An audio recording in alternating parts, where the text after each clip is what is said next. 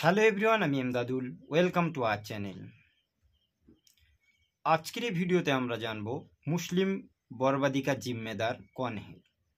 বাংলা কথা, মুসলিমদের যে সিচুয়েশন এখন চলছে তার অরিজিনাল জমিদার কারা রয়েছে, কাদের দোষে আজকের মুসলিমরা এত পিছিয়ে রয়েছে, সেই বিষয়গুলো নিয়ে অবশ্যই আজকের আলোচনা করা যাবে।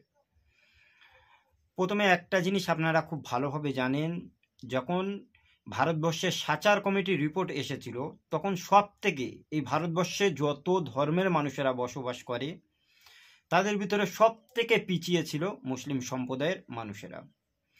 কিন্তু 2025 সালে আজকের দিনে এসেও মুসলিম কমিউনিটির কোনো অগ্রগতি আমরা সেইভাবে দেখতে পাইনি। অথচ ভালোভাবে আপনি দেখুন, বিগত দিনে কংগ্রেস সরকার, তারপর বামফ্রন্ট সরকার, তার সাথে সাথে এখন দেখছি তৃণমূল কংগ্রেস সরকার এবং কেন্দ্রে রয়েছে বিজেপি সরকার।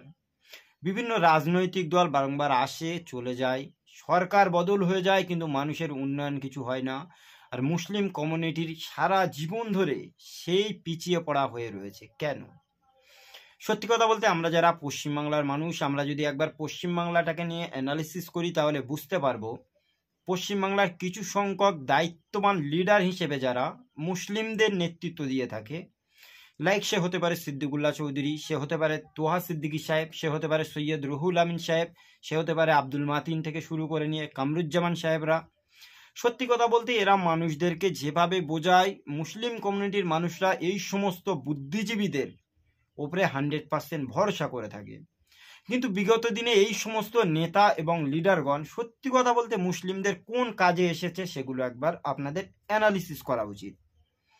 একটা জিনিস আপনারা যদি দেখেন যে মুসলিম এই যে কয়েকটা নেতাদের আমি নাম বলেছি, এরা বিভিন্ন রকম অরাজনৈতিক স্বেচ্ছাসেবী সংগঠন করে, বিভিন্ন মানুষদের ভালো কাজ করে, বিভিন্ন মানুষদের উপকার করে, শিক্ষার দিক দিয়ে চেষ্টা করে। কিন্তু সত্যি কথা বলতে দিন শেষে এদের নিজেদের ভেতরে গোষ্ঠীদ্বন্দ্ব, একে অপরের সঙ্গে খুব ভালো রকমভাবে মিল মোহাব্বত বা ভালোবাসা নেই।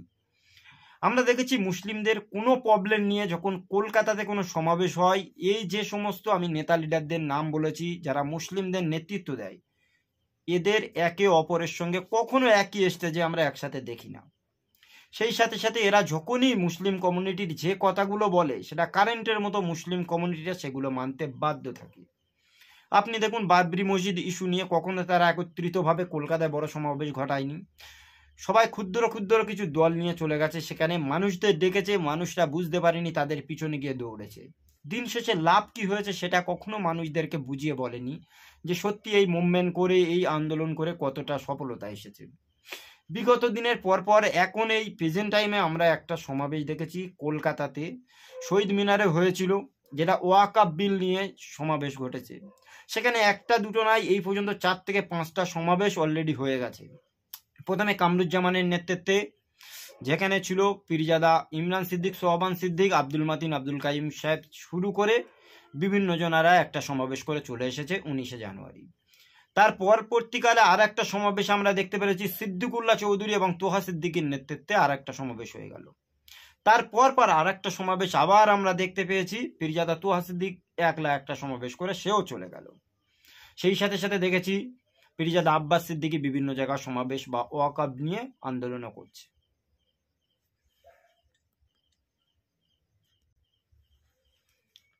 সেই সঙ্গে সঙ্গে আপনারা এই 2025 সালে আর একটা জিনিস অ্যানালিসিস করুন, মুসলিম কমিউনিটির বিভিন্ন আলেম ওলামা, ইমাম মুয়াজ্জিন, এই সমস্ত বিষয়ে অনেক রকম মানুষরা মুসলিমদের যেভাবে কথা বলে তারা সেই কথাগুলো শুনতে বাধ্য। কিন্তু সত্যি কথা বলতে মুসলিমদের শিক্ষাতে কত % উন্নয়ন হয়েছে? যদি শিক্ষা নিয়ে একবার আমাকে অ্যানালিসিস করতে বলেন, মুসলিমদের ভিতরে দুটো শিক্ষায় খুব পারদর্শী, একটা হচ্ছে ইসলামিক শিক্ষা, একটা সাধারণ শিক্ষা। কিন্তু আমরা যদি সাধারণ শিক্ষা নিয়ে একবার আলোচনা করি, বর্তমান সময়ে 1.2% শিক্ষার আর মুসলিমদের। ক্লাস 6, 7, 8 পর্যন্ত খুব ভালোভাবে ছেলে এবং মেয়েরা মুসলিম কমিউনিটি থেকে স্কুলে যাচ্ছে।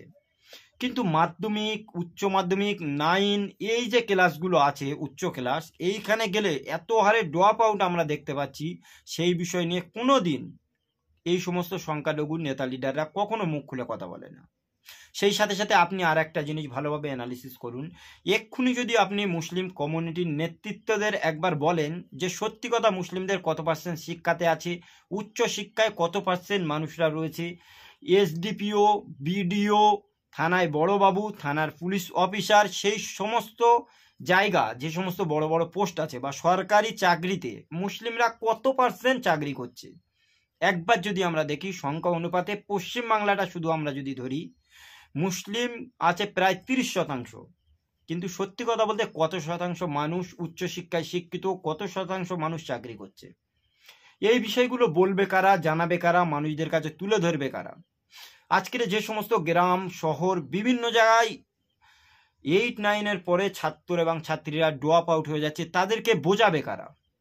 আমরা প্রতি বছর বা প্রতি মাস প্রায় গ্রাম শহর বিভিন্ন জায়গায় ইসলামিক বড় বড় ধর্মসভা দিচ্ছি, বিভিন্ন আলেম ওলামা বক্তাগান আসছে, এই সমস্ত অরাজনৈতিক স্বেচ্ছাসেবী সংগঠনের নেতা লিডারগণ আসছে, কিন্তু তারা কতটা মানুষদেরকে বোঝাতে সক্ষম হয়েছে যে উচ্চ পর্যায়ের চেয়ার যদি দখল করতে হয়, ভালো জায়গায় যেতে হয়, সমাজটাকে অবশ্যই ডেভেলপমেন্ট করার জন্য আপনাদের শিক্ষার দিক দিয়ে এগিয়ে আসতে হবে? কতজনা এই নিয়ে চিন্তা চেতনা করে আর কতজনা এইগুলো নিয়ে অ্যানালিসিস করে? আপনি দেখুন, যতগুলো আমি নেতা লিডার বা মুসলিম কমিউনিটির যারা রাহবার, যারা মুসলিম কমিউনিটির পথ দেখায়, এই সমস্ত প্রত্যেকটা এই সমস্ত নেতা লিডারের যদি পাই টু পাই 1-to-1 করে আপনি অ্যানালিসিস করেন, আপনি বুঝতে পারবেন তারা মুসলিমদের মাথায় কাঁঠাল রেখে কিভাবে কগুলোকে খেয়েছে। বিগত দিনে আপনি সিদ্দিকুল্লাহ চৌধুরীকে দেখুন, তিনি যখন তৃণমূল কংগ্রেসে আসেনি তার আগে মুসলিমদের হয়ে প্রচুর গলা ফাটিয়েছে, মুসলিমদের হয়ে প্রচণ্ড হারে লড়াই করেছে। কিন্তু যখন তৃণমূল কংগ্রেস দল ক্ষমতায় চলে এলো, সে যখন রাজনৈতিকভাবে তৃণমূল কংগ্রেসের মন্ত্রী হয়ে গেল, তারপরে আমরা যদি তার একবার অ্যানালিসিস করি, মুসলিমদের কোন খবরটায় সে থাকে, মুসলিমদের কোন প্রবলেমের সময় মুখ খুলে কথা বলে, মুসলিমদের কোন প্রবলেমের সময় সে একত্রিত করে মুসলিমদের নিয়ে লড়াই করার চিন্তা করে। ওই যে বললাম বরবাদি কা জিম্মেদার, নিজের আখের গোছানোর জায়গায় প্রত্যেকেই আপন আপন জায়গায় একত্রিত। আপনি পীরজাদা তোয়া সিদ্দিকীকে দেখুন, 2011 সালের আগে বামফ্রন্ট সরকারের বিরুদ্ধে তোয়া সিদ্দিকী ভীষণ সোচ্চার হয়েছিল, মুসলিমদের বিভিন্ন প্রবলেমগুলো নিয়ে সব থেকে মূর্খ ভূমিকা পালন করেছিল তোয়া সিদ্দিকী সাহেব। কিন্তু যা আজকালের পরিবর্তনে 2025-এ এসে আপনি বুকে হাত দিয়ে বলুন, মুসলিমদের এই সময় যা সিচুয়েশন চলছে, সে হতে পারে বাবরি মসজিদ ইস্যু, সে হতে পারে ওয়াকফ বিল ইস্যু, সেই সঙ্গে সঙ্গে চাকরিতে প্রবলেম, সে জায়গায় স্কুলের প্রবলেম, বিভিন্ন স্কুলগুলো বন্ধ হচ্ছে, মুসলিমরা এত হারে ড্রপ আউট হচ্ছে, শিক্ষার দিক দিয়ে এতটা পিছিয়ে, এই সময়ে পশ্চিমবাংলার মতো জায়গা বিভিন্ন নিউজ চ্যানেলগুলো প্রতিনিয়ত মুসলিম কমিউনিটির মানুষদেরকে জঙ্গি বলে আখ্যায়িত করছে। তারপরে তোয়া সিদ্দিকীর কোনো ভূমিকা আপনারা দেখেছেন এই জায়গায়? যে সভা সমাবেশ করেছে গ্রাউন্ড লেভেলে গিয়ে, সেখানে সত্যি কথা বলতে তথ্যগুলো তুলে ধরেছে যে সত্যি কে জঙ্গি আর কে জঙ্গি ছিল না। উল্টো দিকে আপনি দেখুন, আব্দুল মাতিন, রুহুল আমিন, পীরজাদা আব্বাস সিদ্দিকী, আদার্স যতগুলো অরাজনৈতিক স্বেচ্ছাসেবী সংগঠন মুসলিম কমিউনিটির নেতৃত্ব দেয়, আপনি প্রত্যেকের যদি একবার অ্যানালিসিস করেন, সত্যি কথা বলতে সময়ের বিবর্তনে ঠিক সময় যখন দরকার এদেরকে আমরা কারো তেমনভাবে পাইনি। আজ খুব দুঃখ লাগে, কষ্ট হয়, জেনারেল ছেলে হয়ে এই কথাগুলো আমাদের শেয়ার করতে হয়, বলতেও হয়। আপনি দেখুন, এই পশ্চিমবাংলায় বর্তমান সময়ে 140টারও অধিক অরাজনৈতিক স্বেচ্ছাসেবী সংগঠন আছে, যার ভেতরে উল্লেখযোগ্য কম করে 40টা বড় বড় সংগঠন আছে। সে আপনি জমিয়তে ওলামায়ে হিন্দ বলতে পারেন, সে আপনি মুজাদ্দেদিয়া ওয়ানাত ফাউন্ডেশন বলতে পারেন, সে আপনি জমিয়তে ওলামায়ে বাংলা বলতে পারেন, সে আপনি অল ইন্ডিয়া সুন্নাতুল জামাত বলতে পারেন, সে আপনি অল ইন্ডিয়া মাইনরিটি অ্যাসোসিয়েশন আইমা বলতে পারেন। এরকম করে যত অরাজনৈতিক স্বেচ্ছাসেবী সংগঠন আছে, প্রত্যেক আপন আপন জায়গায় যখন মুসলিম কমিউনিটি প্রবলেমে পড়ে, তখন কি এরা একত্রিতভাবে জাতীয় ইস্যু নিয়ে একটা বড় সমাবেশ ডেকে মানুষদের একত্রিত করে? তারা কখনো এইগুলো নিয়ে মুভমেন্ট করে?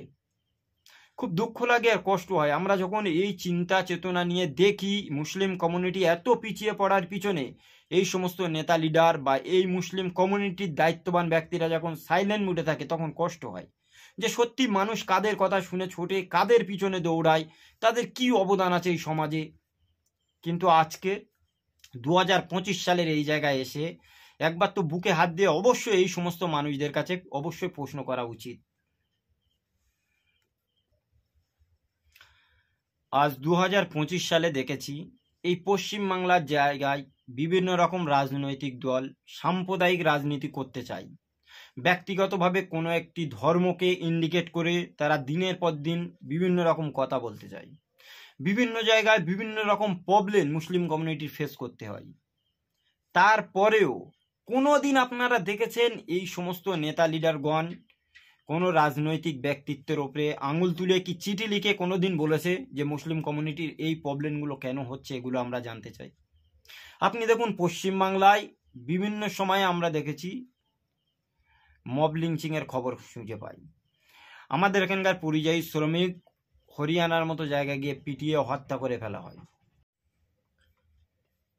এই সমস্ত অরাজনৈতিক স্বেচ্ছাসেবী সংগঠনের নেতা লিডারগণ কতটা সমাজটাকে ডেভেলপমেন্ট করেছে, কতটা এই সমাজের মানুষের উপকার করেছে, আর কতটা নিজেদের প্রভাব প্রতিপত্তি বা অর্থশালী বানিয়েছে, কতটা তারা নিজেদের অট্টালিকা দালান কোঠা বানিয়েছে, কতগুলো গাড়ি তারা করেছে, কত বড় ভিটে বাড়ি করেছে, এই জিনিসগুলো অবশ্যই জানা উচিত।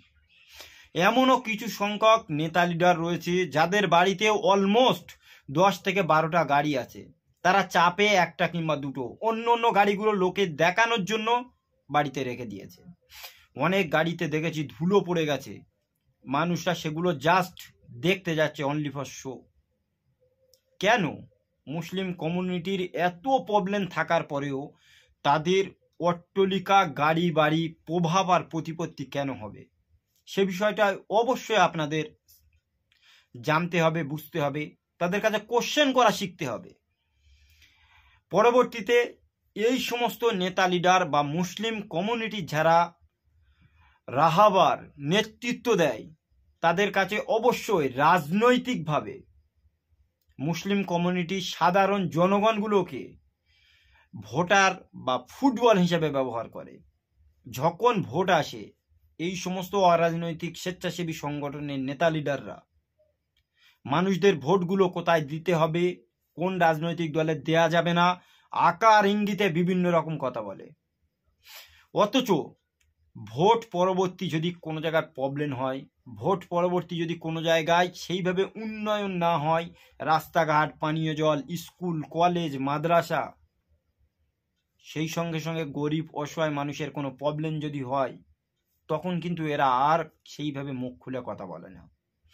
তাহলে কেন মুসলিম বর্বাদিকা জিম্মাদার কেন আমরা বলবো না এই সমস্ত নেতা লিডারকে, যারা অরাজনৈতিক স্বেচ্ছাসেবী সংগঠন, যারা মুসলিমদের দিশা দেখায় কিন্তু তাদের প্রবলেমের সময় তারা কতটা অ্যাক্টিভলি ভূমিকা পালন করে? সেই সঙ্গে সঙ্গে আর একটা জিনিস আপনাদের কাছে পরিষ্কার করা উচিত। বর্তমান সময়ে ভারতবর্ষের বিভিন্ন নিউজ চ্যানেল পৃথিবীর বিভিন্ন মুসলিম কমিউনিটির মানুষদের ওপরে জঙ্গি, আতঙ্কবাদী, মাওবাদী বিভিন্ন রকমভাবে আইএসআই অনেক রকম কথা বলে। ভালো ভালো ইসলামিক স্কলার, ভালো ভালো মানুষকে তারা বিভিন্ন রকম ট্যাগ লাগিয়ে দেয়, যে ট্যাগগুলো অনেকটাই খারাপ। এরপরেও মুসলিম কমিউনিটির এই সমস্ত নেতা লিডারগণ কেন নিউজ চ্যানেল তৈরি করতে পারেনি? মুসলিমদের প্রবলেমগুলোকে সঠিকভাবে উপস্থাপন করার জন্য আজও পর্যন্ত পেপার, পত্রিকা, নিউজ চ্যানেল, সোশ্যাল মিডিয়া এই সমস্ত জিনিস তারা কেন তৈরি করতে পারেনি সেগুলো অবশ্যই জানতে হবে।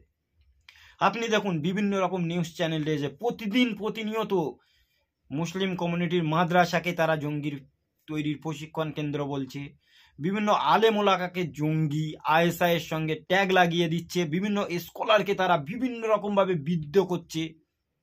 কিন্তু সত্যি কথা বলুন, যারা মুসলিম কমিউনিটির এই সমস্ত মাথা, যারা মুসলিম কমিউনিটির নেতৃত্ব দিচ্ছে, তাদের আপনি কোনো দিনের জন্য দেখেছেন সোশ্যাল মিডিয়া, পেপার, পত্রিকা বা নিউজ চ্যানেল তৈরি করে এই সমস্ত জিনিসগুলোর অ্যাক্টিভলি ভূমিকা রেখে মানুষদের সুন্দরভাবে মতামত দিতে বা নিরপেক্ষভাবে সঠিকটা তদন্ত করে মানুষদের সামনে তুলে দিতে? আপনি দেখুন ক্যানিং থেকে জঙ্গি ধরা হয়েছে বলেছে, মুর্শিদাবাদ থেকে মাদ্রাসা পড়ুয়া একজনকে জঙ্গি বলে আখ্যায়িত করা হয়েছে, আসাম থেকে একজনকে সন্দেহভাজন হিসেবে ধরে নিয়ে তাকে জঙ্গি বলা হয়েছে। কিন্তু সেই জায়গা বিভিন্ন হিন্দু নিরপেক্ষ যারা রয়েছে, দীপক ব্যাপারী, মানিক ফকির, তারা গিয়ে গ্রাউন্ড লেভেল থেকে নিউজ তৈরি করছে, অথচ মুসলিম কমিউনিটির এই সমস্ত নেতা লিডারগণের শীত ঘুমে ঘুমাচ্ছে। তাদের কোন দিন আপনি অ্যাক্টিভ ভূমিকা দেখেছেন বলুন, যে এই কাজে তারা অ্যাক্টিভলি ভূমিকা পালন করেছে? মুসলিমদের শিক্ষার দিক দিয়ে করেছে? কজনা করেছে? কটা এডুকেশন সিস্টেম তৈরি করেছে? কটা শিক্ষা প্রতিষ্ঠান তৈরি করেছে? কত মানুষকে বুঝিয়েছে যে যাদের ড্রপ আউট হয়ে যাচ্ছে ছেলে মেয়েদের স্কুলে পাঠাও। সমাজের বড় বড় পোস্ট পেতে গেলে এডুকেশনের বিকল্প কিছু নেই, আপনাদের শিক্ষা যোগ্যতা সেইভাবে তৈরি করতে হবে, তারপর আপনারা সেই জায়গায় যেতে পারবেন। কোন নেতা কোন লিডারটা বলেছে বলুন? সেই সঙ্গে সঙ্গে স্বাস্থ্য, পানীয় জল, ঘর বাড়ি, বিভিন্ন কিছু মুসলিমরা দিনের পর দিন বঞ্চিত, অবহেলিত। এরা ঝান্ডা বাঁধতে যায়, এরা ঝগড়া করতে যায়, এই সমস্ত জিনিসে তাদেরকে আগিয়ে দেয়। কিন্তু সমাজের যে সমস্ত ডেভেলপমেন্ট কাজ, সমাজের যে সমস্ত জিনিসগুলো দরকার, সেই স্বাধীনতার পর থেকে আজ পর্যন্ত কোন রাজনৈতিক দল মুসলিমদের ভালোর জন্য কোন কোন কাজগুলো করেছে? কটা কাজ করেছে? সারা জীবন মুসলিমরা পিছিয়ে রয়েছে, আর তাদেরকে পলিসিভাবে মুসলিমদের পিছিয়ে রাখা হয়েছে। তা যদি না হতো, মুসলিম যে জায়গাগুলো অধ্যুষিত এলাকা, সেই জায়গাগুলোকে অবশ্যই সার্ভে করে মুসলিমদের সমাজের মূল স্রোতে ফিরিয়ে আনার জন্য তাদের আপ্রাণ চেষ্টা থাকতো। আপনি দেখুন, যেখানে মুসলিম অধ্যুষিত বিভিন্ন জায়গায়, সে আপনি মুর্শিদাবাদের কয়েকটা জায়গায় আপনি একবার অ্যানালিসিস করুন, সেখানে মুসলিম অধ্যুষিত অনেক মুসলিম বসবাস করে। সেখানে কর্মক্ষেত্র না থাকার জন্য ভিন রাজ্যে তারা পরিযায়ী শ্রমিক হয়ে গেছে। অথচ সে দেশের বাপ মা ভাই যদি কেউ মারা যায়, তারা এসে মাটি দিতে পারে না, তারা তাদের ওয়াইফ ছেলে মেয়ের সঙ্গে থাকতে পারে না, তাদের পড়াশুনো দেখতে পারে না, ভিন রাজ্যে তাদের কাজে যেতে হয়। কিন্তু এই মুসলিম অধ্যুষিত এই সমস্ত জায়গায় ডেভেলপমেন্ট হোক, এই মুসলিম নেতা লিডারগুলো কোন দিন মুখ খুলে কথা বলেছে? কোন দিন সমাজে পিছিয়ে পড়া মুসলিম জাতিকে সমাজের মূল স্রোতে ফিরিয়ে আনার জন্য এরা কি কোনোদিন চেষ্টা করেছে? অথচ আপনি হিন্দুদের দেখুন, RSS, বিজেপি, সংঘ পরিয়ান, বজরং দল, বিশ্ব হিন্দু পরিষদ, হিন্দু মহাসভা, জাগরণী মঞ্চ, যতগুলো রাজনৈতিক দল আর রাজনৈতিক স্বেচ্ছাসেবী সংগঠন আছে হিন্দুদের ভিতরে, তাদের যারা মূল ফ্রন্টে রয়েছে, প্রত্যেক তাদের ধর্মের মানুষদের সমাজের মূল স্রোতে নিয়ে আসার জন্য আপ্রাণ চেষ্টা করে যাচ্ছে। তাদের যদি কোনো রকম একবার আঁচ আসে, কোনো প্রবলেম হয়, সকলেই সেখানে ঝাঁপিয়ে পড়ে। কিন্তু আমাদের মুসলিমদের ভিতরে হাজার প্রবলেম, আমরা বিগত কয়েক বছর ধরে হাজার হাজার প্রবলেম দেখছি, কিন্তু এই সমস্ত নেতা লিডারগণ সব মুখে কুলুপে চিটে শীত ঘুমে ঘুমাচ্ছে, মুখে কুলু পেটে বসে রয়েছে। অথচ তাদেরকে আমরা মুসলিম কমিউনিটির নেতা, মুসলিম কমিউনিটির লিডার বলে দেখছি। কোন দিন এই সমস্ত ছেলে, এই সমস্ত মেয়েগুলো জাগবে? কোন দিন তাদের কাছে কৈফিয়ত চাইবে? কোন দিন তাদের কাছে প্রশ্ন করা হবে যে সত্যি আপনারা সংগঠন করেছে, মুসলিম কমিউনিটির নেতৃত্ব দিচ্ছেন, কি করেছেন সমাজের জন্য, কি করেছেন পিছিয়ে পড়া মানুষদের জন্য, কি করেছেন মুসলিমদের এত ড্রপ আউট জন্য, কি করেছেন মাদ্রাসাগুলোকে জঙ্গি বলে আখ্যায়িত করছে সেখানে, কি করেছেন ইসলাম ধর্মের বিভিন্ন মানুষদের আতঙ্কবাদী ISI বলে তাদেরকে ট্যাগ লাগানো হচ্ছে, আপনারা কি করেছেন এই সমস্ত জিনিসগুলো নিয়ে? আজকের আপনারা জবাব দিন। কি জবাব চাইবেন? তার আগে তো এই সমস্ত নেতা লিডারের কাছে এই জবাবটা আগে জানতো যে আপনাদের ভিতরে বিভিন্ন নেতা লিডার যারা রয়েছে একে অপরের কি জন্য বিদ্রুপ করেন, একে অপরের সঙ্গে কেন মিলে ঝুলে থাকতে পারেন না? একটা সমাবেশ করলে বড় লোকজন আসে, সে জায়গায় আপনারা 10টা 15টা সমাবেশ করেন, যে যার আপন আপন জায়গায় থেকে ছোট ছোট করে কেন গোত্র ভাগ করে রেখেছেন? কোনোদিন এই প্রশ্নগুলো আপনি করেছেন? দেওবন্দি, তবলিগ, জামাতে ইসলামী, আজান গাজী, লামাজাবি, ফুরফুরা, বিভিন্ন দলে মুসলিমরা ভাগবাটারা হয়ে আছে। 100% থাক থাক থাক, কোনো আমাদের কথা নেই। তার ভিতরে একটাই কথা, জাতীয় ইস্যু যখন হয়, যখন জানি মসজিদের ওপরে আঘাত আসে, সেটা কোনো দল তো নয়, ফুরফুরা, তবলিগ, আজান গাছি, বেরেলি, সে যেই হোক, যখন মসজিদের ওপরে আঘাত আসে, কোরআনের ওপরে আঘাত আসে, রসুল্লাহ সাল্লাহ সাল্লামের ওপরে আঘাত আসে, আল্লাহকে নিয়ে কটূক্তি করে, তখন এগুলো কি গোত্র ভাগ বা দল মতে কি ভাগ হওয়া উচিত? তখন তো একত্রিতভাবে জাতীয় ইস্যু নিয়ে কলকাতা কাঁপানো উচিত ছিল। কিন্তু সেই জায়গাগুলো কতজন করে যাচ্ছে বা কতজনা করছে আপনি বলুন? সত্যি দুঃখ লাগে, কষ্ট হয় যে আমরা দিনের পর দিন ভাগ আর বাটোয়ারা হয়ে রয়েছি, আর উল্টো সাইডই প্রতিদিন যাচ্ছে একটা না একটা প্রবলেম আমাদের মাঝে ক্রিয়েট হয়ে যাচ্ছে। আমরা কোনোদিন এই সব বিষয়গুলো নিয়ে আমাদের এই সমাজের যারা বড় বড় নেতৃত্ব রয়েছে তাদের কাছে কোনোদিন কৈফিয়ত চাইনি। কবে এ সমাজ জাগবে, কবে এ সমাজ বুঝবে আমরা জানি না। সুতরাং প্রত্যেকটা মানুষের প্রশ্ন করার জন্য আজকের এই ভিডিওটি আমি তৈরি করেছি। যদি আপনাদের মনে হয় আমার এই ভিডিওটি সত্যি সত্যি আপনাদের মনে কিছু কথা শেয়ার করেছে, তাহলে অবশ্যই আমার এই চ্যানেলটি সাবস্ক্রাইব করুন, ভিডিওটি লাইক করুন। আমার এই ভিডিওটি যদি মনে করেন আপনারা ডাউনলোড করে বিভিন্ন জায়গায় ছড়াতেও পারেন, ফেসবুক, ইউটিউব, ইনস্টাগ্রাম, যেখানে আপনি আপলোড দিতেই পারেন। অবশ্যই এই সমস্ত মানুষদের কানে এই কথাগুলো অবশ্যই যাওয়া উচিত। আর সমাজের যে সমস্ত শিক্ষিত সাধারণ ছেলেরা রয়েছে, মেয়েরা রয়েছে, তাদেরও এই সময় মুখ খুলে প্রতিবাদ করা উচিত।